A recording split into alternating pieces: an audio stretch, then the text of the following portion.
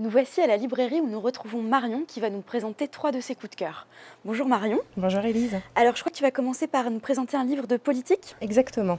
Alors le premier livre que j'ai choisi de vous présenter, c'est le livre sur Aung San Suu Kyi, qui s'appelle Aung San Suu Kyi, une icône fracassée, écrit par Bruno Philippe et publié ce mois-ci aux éditions Les Équateurs, en expliquant notamment les déplacements de population en Birmanie, notamment des Rohingyas, poussés par les autorités birmanes hors des frontières. Bruno Philippe, lui, s'interroge sur la non-réaction en fait, d'Aung San Suu Kyi face à cette tragédie humanitaire et humaine.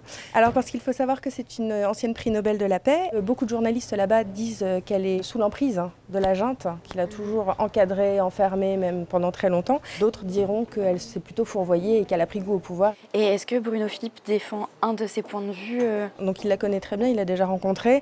Et il dit que c'est une femme très dure, très arrogante, très difficile à cerner, qui a fait beaucoup de méditation, donc qui a un énorme recul, qui est très difficile à comprendre. Merci beaucoup. Et pour continuer, je crois que tu vas nous présenter un témoignage. Exactement. Le témoignage que j'ai choisi, c'est celui de Guillaume Alemany. Ça s'appelle Les Aventures de Kawi. C'est paru le mois dernier, en décembre, chez l'Harmattan. Il explique qu'il était un enfant un petit peu à l'écart, un petit peu à part, qui n'avait pas beaucoup d'amis, qui n'avait pas beaucoup confiance en lui. Il a donc pris ses bagages, il est parti en Thaïlande. Et une fois revenu en Bretagne, il a réussi au bout d'un moment tout seul à comprendre que c'était sans doute de l'autisme qu'il avait. Et au bout de 8 mois, le diagnostic est tombé, il est bien autiste Asperger. Moi j'ai trouvé ce récit vraiment très courageux parce que c'est un jeune homme qui essaye, qui ne lâche rien tout seul, qui persévère et qui montre qu'il est capable de faire ce dont personne ne le croyait capable. Et enfin, tu vas nous parler des Vikings. Oui. Ma dernière lecture en date d'ailleurs, c'est celui-là, Au temps des Vikings, d'Anders Winroth, qui vient de paraître aux éditions de la Découverte. C'est un ouvrage très prenant, très passionnant, très coloré, vivant sur le temps des Vikings.